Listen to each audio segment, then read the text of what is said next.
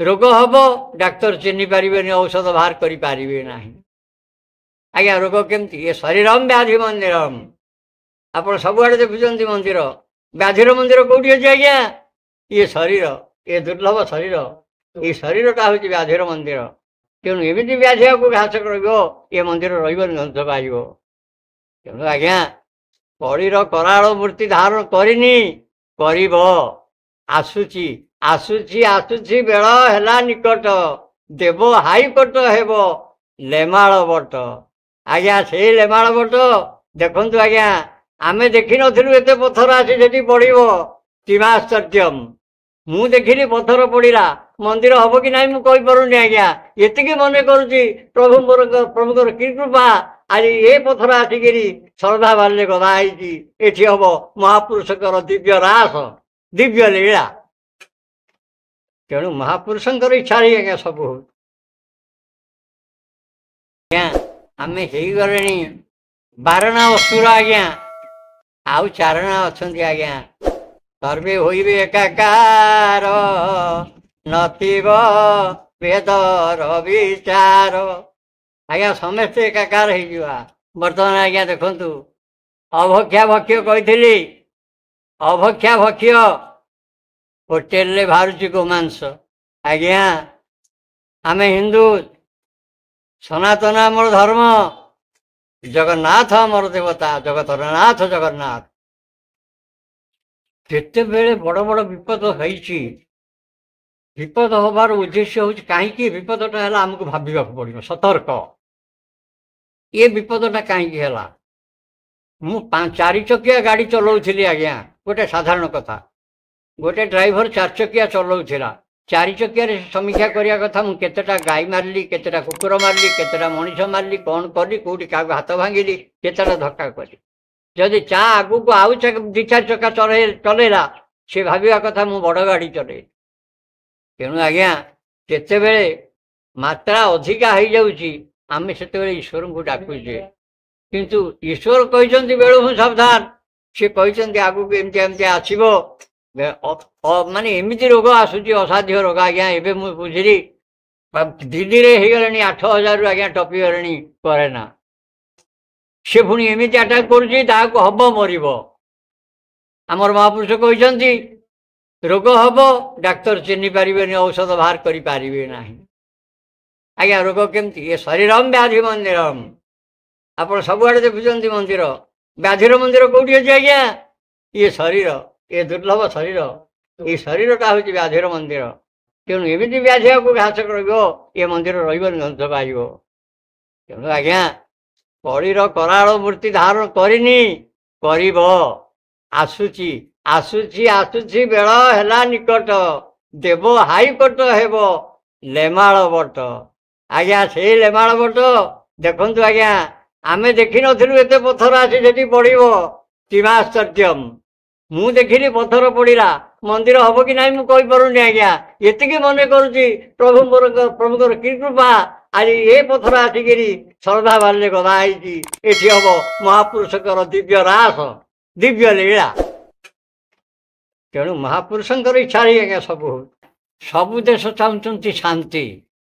देश चाहूँ शांति समस्ते चाहते शांति किंतु शांति रे आम अशांति किए पुरोची आमे पुरोचे आज्ञा आमे अशांति सृष्टि करुचे आज्ञा समस्ते चाहते शांति रे रहिबा अशांति आमे पुरो तेणु शांति रे आमे केमती रहिबा सबु देश समकक्ष मु आगुरी थरे आज्ञा कही यही चैनल माध्यम समस्ते समस्त को रक्षा करने कवच तैयारी सारी आज्ञा श्रीमद महाभारत को टिके चली जातु बेलाल सेन आज्ञा भीमर पुओ बेलाल सेन आसुची भगवान कृष्ण जानीपारे बेलाल सेन ये 18 दिन युद्ध को 18 घंटा लगे नहीं समाप्त करिया तेणु मूलू माइरे जीव सरी देवक संगे किंपा कर जदि मु बेलाल सेन को आसवा बाटर अटकईदेवी ताले महाभारत युद्ध हम 18 दिन चलो तांकर इच्छा मंगलमय मंगल हम उभयंकर मंगल हम जी धर्म थी जय हम जी अधर्म थी पराजय। ଧର୍ମର ଜୟ ଗାନ୍ଧାରୀ ଆଶୀର୍ବାଦ କରିଥିଲା। ଯିଏ ଧର୍ମରେ ଥବ ତାର ଜୟ ହବ ସୁନିଶ୍ଚିତ। ମୁଁ କ'ଣ କହିବି? ତେଣୁ ବେଲାସନର ଭଗବାନ କୃଷ୍ଣଙ୍କର ଭେଟ ହେଇଗଲା ବାଟରେ। ଭେଟ ହେଇଗଲା ପରେ ଭଗବାନ ଗୋଟିଏ ଦରିଦ୍ର ବ୍ରାହ୍ମଣ ବେଶରେ ଯାଇଛନ୍ତି। ପହଞ୍ଚିଗଲେ ବେଲାସନ ପାଖରେ, ବାପ କୁଆଡ଼େ ଯାଉଛୁ? ନା ମୁଁ ଯିବି ମହାଭାରତ ଯୁଦ୍ଧ। ଅଳ୍ପ ଅଳ୍ପ କହୁଛି ଆଜ୍ଞା, ମହାଭାରତ ଯୁଦ୍ଧ ଦେଖିବି। ନା ମହାଭାରତ ଯୁଦ୍ଧ ଦେଖିବୁ? ନା କେମିତି ଦେଖିବୁ? ନା ମୁଁ ତ ଆଜ୍ଞା, ନା ତୁ କୌରବକୁ ଚିହ୍ନି ପାରିବୁ, ପାଣ୍ଡବକୁ ଚିହ୍ନି ପାରିବୁ? ନା ନାଇଁ ମୁଁ ଚିହ୍ନି ପାରିବିନି। ହେଲେ ମୋତେ ମୋ ଅଜା ଗୋଟେ ଅସ୍ତ୍ର ଦେଇଛି, ସେ ଅସ୍ତ୍ର ଯଦି ମୁଁ ମାରିଦେବି ମୁଁ ଜାଣିପାରିବି ମୋ ପାଣ୍ଡବ ବଂଶ କିଏ, କୌରବ ବଂଶ କିଏ। ନା ଏମିତି ଅସ୍ତ୍ର ତୋ ପାଖରେ ଅଛି? ନା ହଁ ଅଛି। ନା ସେ ଅସ୍ତ୍ର ଗୁଡ଼ା ମାରିଲୁ କେମିତି କ'ଣ? ନା ଏଇ ଅସ୍ତ୍ର ମାରୁଛି ଦେଖ, ପାଣ୍ଡବ କୂଳରେ ଯିଏ ଅଛନ୍ତି ତାଙ୍କ ମୁଣ୍ଡରେ ସିନ୍ଦୁର ଗାର ଲାଗିବ, କୌରବ ବଂଶରେ ଯିଏ ଅଛନ୍ତି ତାଙ୍କର କଳା ଲାଗିବ। ଆଜ୍ଞା ଲାଗିଗଲା, ପରୀକ୍ଷାରେ ପାସ୍ ହେଇଗଲା ବେଲାସନ। ତାପରେ ଆଜ୍ଞା ଆହୁରି ପରୀକ୍ଷା ଦେବାକୁ ପଡ଼ିଲା। ଆଉ କ'ଣ ଅଛି ନା ମୋତେ 3ଟା ସର ମୋ ଅଜା ଦେଇଛି। ନା କ'ଣ ସର ଦେଇଛି? ନା ଏମିତି ଗୋଟେ ସର ଦେଇଛି, ମୁଁ ମାରିଦେବି ତ କେହି ରହିବେନି, ମୁହୂର୍ତ୍ତକରେ ଚାଲିଯିବ। ନା ହଁ ଏମିତିଆ ସର ଅଛି? ନା ହଁ। ନା ପରୀକ୍ଷା? ନା ହଁ ଆଜ୍ଞା ପରୀକ୍ଷା ଦେବି। ସେଠୁ ଚାଲିଲେ, କିଛି ବାଟ ଗଲାବେଳକୁ ଗୋଟେ ବଡ଼ ବରଗଛ ଆଜ୍ଞା ପଡ଼ିଛି। ଭଗବାନ କହିଲେ ଏଇଠି ରହ ବାପା, ଏଇଠି ପରୀକ୍ଷା କରିବା। ନା ହଁ ଏଇଠି ରହିଲି।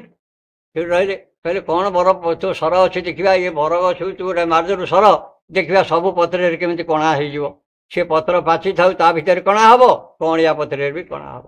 ସେଟା ଏଇ ସାଧାରଣ କଥା ମୋତେ ପଚାରୁଛନ୍ତି, ଗୋଟେ ବଡ଼ କଥା କିଛି ପଚାରିଲେନି। ହଉ ଠିକ ଅଛି, ମାରୁଛି। ସେଠୁ ମାରିଦେଲା ଗୋଟେ ସର। ମାରିଦେଲା ପରେ ସେ ସର ବୁଲିଲା ବରଗଛ ଯାକ, ବୁଲି ବୁଲି ଆଜ୍ଞା ସବୁ ପତ୍ରକୁ କଣା କରିବାରେ ରହିଲା। ଭଗବାନ ଦେଖୁଛନ୍ତି, ସବୁ ପତ୍ରକୁ କଣା କଲା ପରେ ତ ବ୍ରାହ୍ମଣ ବେଶରେ ଯାଇଛନ୍ତି ଆଜ୍ଞା। ଯାଇକରି ପହଞ୍ଚିଗଲା ବେଳକୁ ସେ ଦେଖିଲେ ସବୁ ପତ୍ର ବୁଲୁଛି, ଗୋଟାଏ ପତ୍ର ଆଣିକରି ଗୋଡ଼ ତଳେ ମାଡ଼ି ଦେଇକି ବସି ପଡ଼ିଲେ। ସବୁ ପତ୍ରରେ ଲାଗିଗଲା, ଆସିକି ପହଞ୍ଚିଲା ଗୋଡ଼ ପାଖରେ ସର ଆସିକି ପହଞ୍ଚୁଛି। ସବୁଆଡ଼େ ବୁଲି ବୁଲି ସେଇଠି ପହଞ୍ଚି, କାରଣ ଗୋଟେ ପତ୍ର ଅଛି ସେଇଠି। ସେଇଠୁ ବେଲାସନ କହିଲା ଆଜ୍ଞା ସରଟା ଏଇଠି ଘୁମୁଛି, ଆପଣ ପାଦ ତଳେ ଗୋଟେ କ'ଣ ରଖିଛନ୍ତି ପ୍ରାୟ, ନହେଲେ ପାଦ ଫୁଟେଇ ଦେବ, ଆପଣ କାଢ଼ନ୍ତୁ। ଭଗବାନ କାଢ଼ିଦେଲେ ପାଦ, ଯେମିତି କାଢ଼ି ଦେଇଛନ୍ତି ଆଜ୍ଞା ପତ୍ରରେ ଦେଖିବାକୁ ଗୋଟାଏ କଣା। ଭଗବାନ ଚିନ୍ତା କଲେ ନିଶ୍ଚିତ ଏ ବେଲାସନ ଯାହା କହିଛି ଆଜ୍ଞା 18 ଦିନର ଯୁଦ୍ଧକୁ 18 ଘଣ୍ଟା ଭିତରେ ସାରିଦେବ।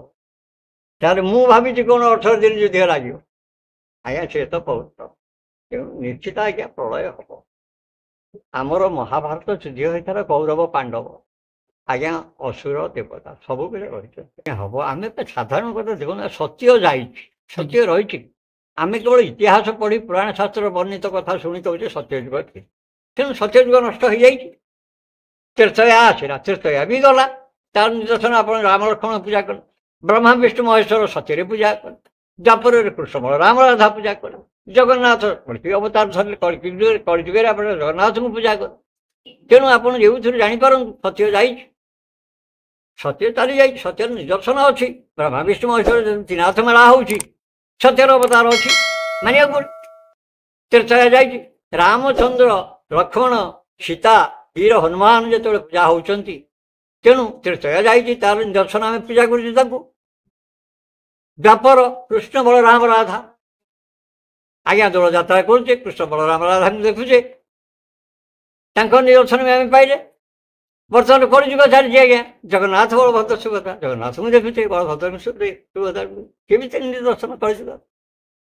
ତେଣୁ ଯୁଗକୁ ଯୁଗ ଏହି ମତ ପରମାନନ୍ଦ ଏଇ ଜଗତ ଆଜ୍ଞା ନିଶ୍ଚୟ ଆସିବ। ତେଣୁ ଏବେ ବି ସମୟ ଅଛି, ଏବେ ବି ସମୟ ଅଛି, ସୁଧୁରି ଯାଅ, ଏବେ ବି ସମୟ ଅଛି ଆଜ୍ଞା, ସୁଧୁରି ଯାଅ। କାହା ମନରେ କଷ୍ଟ ଦିଅ ନା, କାହାକୁ ଖରାପ ଭାଷା କୁହ ନା। ଲେମାଳ ମହାପୁରୁଷଙ୍କର ଯାତ୍ରା, ଏଡ଼େ ବଡ଼ ଯାତ୍ରା ହେଉଛି ଆଜ୍ଞା। ଗୋଟେ ମା ବସି କାନ୍ଦୁଛି, ତା ଛୋଟ ଛୁଆଠୁ ଗୋଟେ ଚେନରେ ପଦକ ଥିଲା, ତାକୁ ଛିଣ୍ଡେଇ ନେଇ ଚାଲିଗଲା। ସିଏ ବସି କାନ୍ଦୁଛି, ସିଏ ଯିଏ ଟାଣି ନେଇଥିଲା ସେ ଲୁଟେରା ଧରା ପଡ଼ିଲା, ଆହୁରି ଯୋଡ଼ାଏ ସିଏ ତାଠୁ ଧରା ପଡ଼ିଲା, ଇଏ ତାକୁ ବି ପୋଲିସକି ହ୍ୟାଣ୍ଡ ଓଭର କରାଗଲା। ଏ କଥା ବି ମୁଁ ଶୁଣିଲି ଏଇଠି ଆଜ୍ଞା ମନ୍ଦିରରେ। କ'ଣ ହେଉଛି ଆଜ୍ଞା ଏ ସତ୍ୟ, କ'ଣ ହେଉଛି ଆଜ୍ଞା?